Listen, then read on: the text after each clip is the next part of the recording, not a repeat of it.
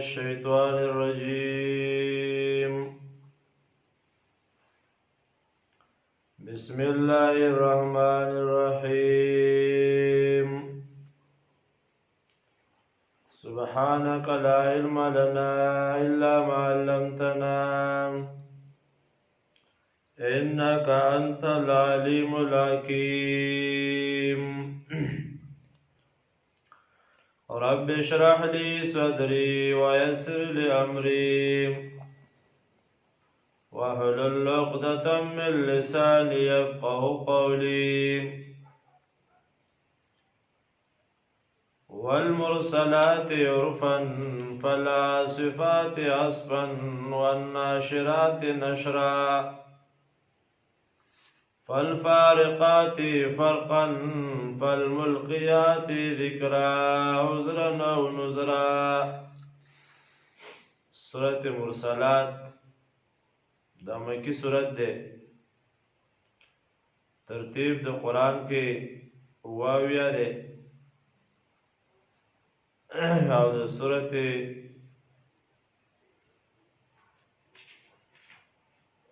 دهر نرست نازل شوی دے. ربط تعلق د مخکې سره په ډېر صورت دهر سره په څو وجو باندې دی. صورت دهر کې زورنه وه په منکرینو باندې، لږ لږ تذکره وه، لږ لږ زورنه وه. دې صورت کې زجر دی، زورنه ده په لفظ د ویل سره لس کرته چې تباهی ده تباهی ده تباهی ده. لس پرې لفظ د ویل ذکر شوی ده، دا ذکر شوی ده لفظ دلته. دغه شان دویم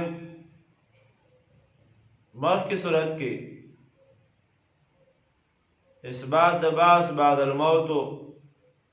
په یو دلیل باندې چې دوباره ژوند حق دی یو دلیل بیان کړو. نو په دې صورت کې نور دلایل بیانې عقلی او شواهد بیانې د اثبات دپاره او ډېر عقلي دلایل بیانې.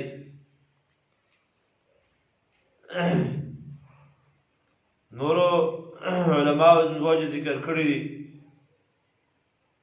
مقصد د صورت چې دی اثبات د ورځ د جزا دی، ورځ د قیامت په شواهدو باندې او دلیلونه بیانوي. اووم آیت کې بیا دعوه ذکر کوي.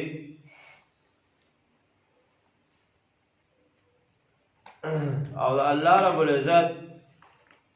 صفات فعلیه د الله تعالی چې دا کار یې کړی دا کار یې کړی یولو ذکر کوي.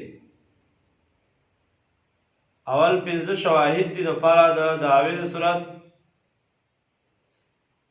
بیا څلور احوال د ورځ د فنا، او بیا هیبتونه د قیامت، بیا ذکر د دنیا د عذاب، او بیا عقلی دلایل ذکر کوي سره د زورونو نه منکرینو ته، او بیا د قیامت د عذاب یې بیانوي د لسو حالاتو سره، او بیا خوشخبری بیانوي ایمان والو ته په اوو حالاتو باندې. آخر کې درې زورونه بیانوي. اول زجر د تنعم د دنیا سره د جرمو سره د جرمونو نه، دویم زجر په اعراض کولو د عمل له توحید نه چې د عمل له توحید باندې توحید عقیده نه ساتي، او دریم زجر په اعراض کولو د قرآن نه په 19 آیت کې. بسم الله الرحمن الرحیم. مدد غواړو د الله نه په شروع کولو کې چې عام مهربان دی او خاص رحم کوونکی دی. والمرسلات عرفا، قسم دې په هغه هواګانو چې چلولی شي په نرمۍ باندې پرله پسې. فالعاصفات عصفا، او هغه هواګانې چې ماتول کوي عصبا ماتول والناشرات نشرا او هغه چې خورول کوي خورول فالفارقات فرقا به جدا کول کې ده جدا کول فالملقيات ذکرا بیا نور غرزون کې ده واحده دوای دا حالات چې دا صفات علما دي کې اوسو اقوال بیانوي چې والمرسلات عرفا فلا صفات عصفا یو قول دا دی چې علما د دې مراد هغه هواګانې دي چې دا کار الله د هواګانو په ذریعہ باندې کوي بل قول دا چې دې مراد ملائکه دي دا ملائکه هواګانې چلای الله په حکم باندې او بل قول دا چې دین مراد انبیاء علیہ الصلوۃ والسلام دي او دا ټول معناګان دي کې مناسب دي نفل ملقیات ذکرا بیرا غرزون کې وحیلرام دوای وحیلا لګي صدفارا عذران دفارا د عذر او نذر او دفارا د يرولم چې عذر حل ختم شي د پاره وه را لګي چې د خلکو هغه عذرونه ختم شي او نذر د پاره د يرولو چې خلک وره ویل شي پاغي باندې مقصد د صورت دا دی انما توعدون لواقع یقینها چې وعده کې دي شي تاسو سره دا خامخا واقع کېدون کې اورادون کې ده دا څه شه ده د څه شي وعده کې دي شي علما وایي چې وعده کې دي شي چې ګوره هغه پوکې به ولا شي پښپېلای کې دا شان او خلک بټول دا جمع کړی شي او بدلونه به هغه کې برهونه چول شي به ولا جمع دي کړی شي تقسیم د علاده عمل نامو به کړی شي حساب کتاب چاله به جزا ورکړي او چاله به سزا ورکړي دا عملونو ټول به کولای شي د جهنم او جنت احوال دا ټول چې سدي کړه دې ساده بکیږي نو الله وی یقین د حالات راتلونکي دي مقصد دا لواقع فاذا النجوم تمسات دا تفصیل د بعض ما توعدون دي یعنی هغه چې تاسو رواده کړي شي دا غي ځنه حالات دادي فاذا النجوم تمسات هر کله چې د استوري به نور کړی شي نور رڼا په کې ورکړي شي تمس اصل کې محو کول او رانول ته وي معنا د دې درنا به ختم شي دا کومرنا چې کوي نستوري بدانه کوي مقصد دا دی واذا السماء فرجت او کله چې به اسمان کولاو کړی شي فرجت فرج معنا کولاو کړی شي فرج فروغت کې چاودل ته وي چاودل یعنی اسماننا په انفطار انشقاق رستبرش چې دا پیوشي دروازه بشي نه کولاو بشي وذل جبال نصفات او هر کله چې بداغرونه واور زول شي نصفات دا واور زول شي او نور کالعهن المنفوش پشان دا غوړی چاغه دا نسکی یا اور زولای کی یا مالوت چې وسغه دسي ماشین تور کې اور زولای کی وذل الرسول قطات او هر کله چې د رسولانو وقف رشي وقف رکړش وذل الرسول قطات او کله چې د رسولانو داغي وقف رکړشي لأي يوم أجلت کوم ورځ ته رستو کړی شوي دي دوی لأي يوم کوم ورځ ته أجلت رستو کړی شوي دي ويل يوم الفصل ورځ د فیصلې ته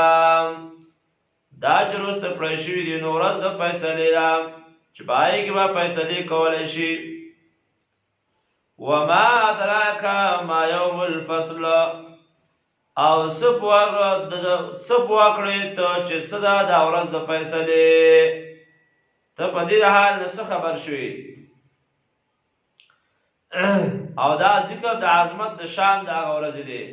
چې دا دونه عظیم شان ورځ ده. ویل یومئذ للمکذبین تباهی ده په دا ورځ باندې د تکذیب کوونکو لره چې دا چا تکذیب کړی دی او دروغجن یې ویلي دي.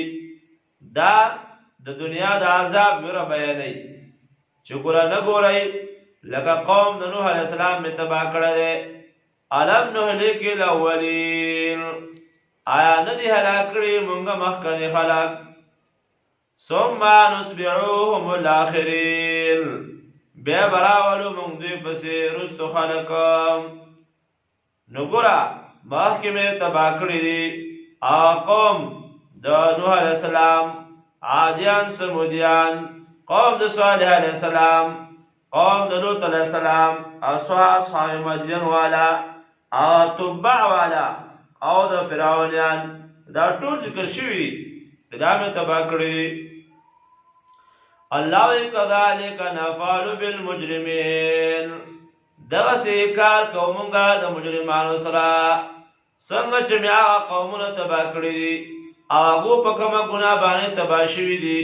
نو که دغسې نور کا څوک داسې ګناهونه کوي نو هغه هم تباه کولی شم. د هغوی دغه انجام دی او دا زما قانون دی چې دغسې کار کوو مونږ د مجرمانو سره. ویل یومئذ للمکذبین تباهی ده په دا ورځ د تکذیب کوونکو لره دروغجن ګڼونکو لره چې څوک تکذیب کوي. الم نهلک الاولین الم نخلقکم من ماء مهین په دې کې دلیل عقلی نفسي دی. ای انسانه ته سره ځان ته دونه غړی او ولې د الله د قانون نه سرغړونه کې، ولې د الله دشمني کې او ولې د الله عبادت نه کې، ولې په دې مال باندې، ولې په دې ځوانۍ باندې او ولې په دې خپل جاه او مرتبه باندې ته بے پروايي. ته خپل ځان ته وګوره ته څه شی وي. الم نخلقکم من ماء مهین نه پیدا کړي مونږ تاسو د اوبو سپکونه. نو فجعلناه فی قرار مکین حصاري کړي مونږ هغه په ځای د قرارۍ مضبوط کې چې هغې نه مراد رحم دی. الی قدر معلوم تر هغه نیټې معلومې پورې چې هغې نه مراد وخت د ولادت دی. 6 میاشتې یا عام طور باندې 9 میاشتې یا کله کله د هغې نه هم زیات شي. نو دا الله وایي موږ هلته حصارې کړي دي. دې ته نه ګورې نور تفصیل احادیثو کې راځي او مخکې هم نور سورتونو کې حج کې نورو سورتونو کې دې تفصیل تیر شوی دی او د انسان د اول د پیدایښت. الله فقدرنا فنعم القادرون قدرت لرونکي یو مونږه نو فنعم القادرون نو ښه قدرت لرونکي یو مونږ قدرت لرونکي یو نو ښه قدرت لرونکي یو. ویل یومئذ للمکذبین تباهی ده په دغه ورځ باندې د تکذیب کوونکو لره. تباهی ده په دغه ورځ باندې تکذیب کوونکو لره. الم نجعل الارض کفاتا آیا نه ده ګرځولې مونږه دا ځمکه کفاتن راغونډونکي. یو معنا یا کفاتا راجمع کوونکي د هر شي یا کفاتا پورا هر شي د هر شي د پورا هر شي په کې خپل وخت دی. احیاء و امواتا د ژوندو دپاره او د مړو دپاره. احیاء د ژوندو دپاره و امواتا او د مړو دپاره. علما وایي راجمع کوونکي دي ژوندي په شا باندې او مړی د هغې په ګېډه کې په شا باندې ژوندي را جمع کوي، ژوندي پې اوسېږي، او چې کله مړ شي نو بیا ګېډې ته ورکوز شي. نو ټول لپاره پوره شو که وجعلنا فيها رواسیا او جوړ کړي مونږه په دې ځمکه باندې غرونه شامخات جګ جګه یا شامخات اوچت اوچت شامخات دنګ دنګ واسقیناکم ماء فراتا او سکولی مونږه په تاسو باندې اوبه خوږې.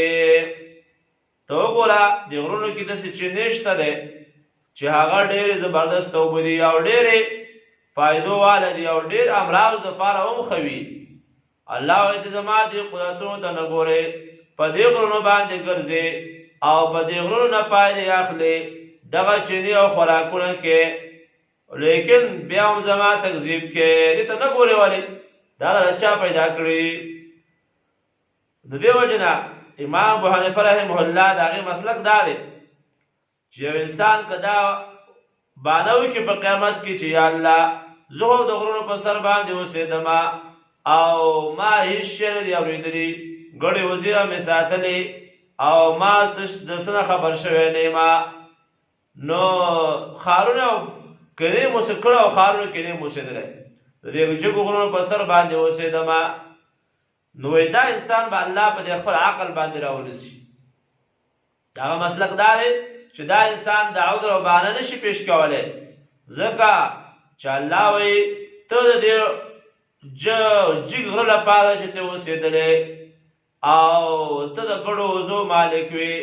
نو تا خو به دا سوچ کړی وی که نه چې د دې غر دا دونه غر جګ چې پیدا کړی دی، دا جګ غر یې پیدا کړی دی، نو د دې خو به هم څوک مالک وي که نه. تا سوچ نه کوو، تعالی خو ما عقل درکړی و که نه، نو دغه عذر نشي منظورېده چې دا عذر پیش کړي. نو الله ویل یومئذ للمکذبین، تباهي ده په دغه ورځ باندې تکذیب کوونکو لره. انطلقوا لاړ شئ الی ما هغه څیز ته کنتم به تکذبون چې تاسو د هغې تکذیب کوو، کنتم به تکذبون چې تاسو د هغې تکذیب کوو. علما وایي چې مراد نه عذاب د جهنم دی یا اور دی چې تاسو دا به چېرته کېږي مړه. انطلقوا لاړ شئ الی ظل ذی هغه سوري ته چې خاوند د درې څانګو والا دی، الی ظل ذی هغه سوري هغه ثلاث شعب چې د درې څانګو والا دی. علما وایي دې نه مراد اور د جهنم مراد دی، او چې د لوګي هغه لوخړې چې دي که نه وایي دا چې د لښکې نه راځي نو د ډېر تیزوالي د وجې نه یو وي، خو چې کله بره شي وایي بیا به خواره شي. دا کنایه د سخت تیزوالي او د شدت نه. سوری او کله داسې وي چې هغه انسان ورشي نو یخ شي په هغې کې ارام ورته حاصل شي، او یا د ګرمۍ نه بچ شي، نو وایي دا دواړه پکې نشته. لا ذلیل نه دی سوری ورکوونکی ولا یغني من اللهب او نه فایده ورکوي د شغلو د اور نه، من اللهب نه فایده ورکوي د شغلو نه. انها یقینا دا اور چې دی ترمی دا ویشتل کوي بشررن هغه بسر کی کل قصر په شان د بنګلو دي، یعنې دا چې کوم بسر کې الوزي که نه کله چې اور بل شي هغه بسر کې ترې الوزي، نو وایي دا به داسې وي لکه په شان یوه غټه بنګله چې وي، غټه بنګلې په شکل به دا بسر کوي، نو اثر کوټې بیا سوری. الله دې ټول مسلمان وساتي. او یا کالقصر معنا ځینې علما کوي په شان د هغه پرې کړی شو لرګو باندې غټه ونه وي او د هغې بیخونه کټ کټ شوي برغنډې برغنډې شوي، نو دغسې بسر کې به ولي. انها یقین دا اور چې دی ترمي ویشتل کوي بشررن هغه بسرو لره کالقصر په شان د بنګلو یا په شان د هغه په شان د هغه لرګو پرې پړی شو چې هغه تنې او ویښونه د غټو غټو لرګو دي داسې بسر کې به وي کأنه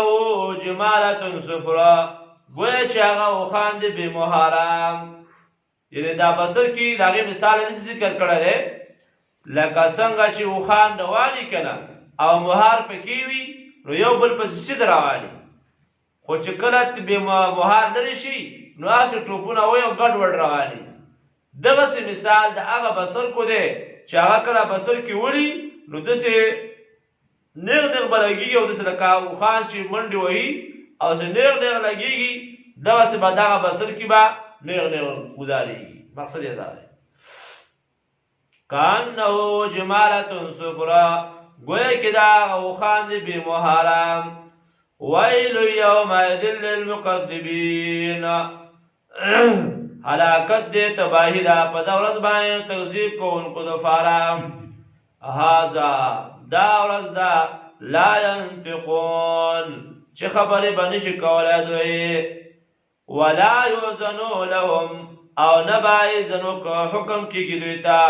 فیعتذرون چې باندې وکړي خو نورو احادیثو کې او ځینې سورتونو کې راځي مخکې تېر شوي دي چې هغه به خبرې به کولی شي لکه مؤمنون کې وي چې ولا تکلمون ما سره خبرې مه کوئ دا خبرې دي که الله به وایي چې ما سره خبرې مه کوئ دغه شان لا ینطقون یختصمون یتساءلون او چې یو بل نه مخامخ شي خبرې به کوي نو هلته وایي خبرې به نشي کولی علما یو آسان جواب دا دی چې داسې خبرې به نه چې فایدهمنې خبرې وي او دوی لا فایده ورکړي نورې خبرې به کوي دویم علما داسې وایي چې د قیامت مختلف حالات دي بعضې حالاتو کې به خبرې کولی شي او بعضې کې به نشي کولی ولا یؤذنو لهم او نه به اجازت کېږي دې ته چې فیعتذرون چې باندې وکړي ویل یومئذ للمکذبین تباهي ده په دا ورځ باندې د تکذیب کوونکو هذا دا ورځ چې ده یوم الفصل دا ورځ د فیصلې ده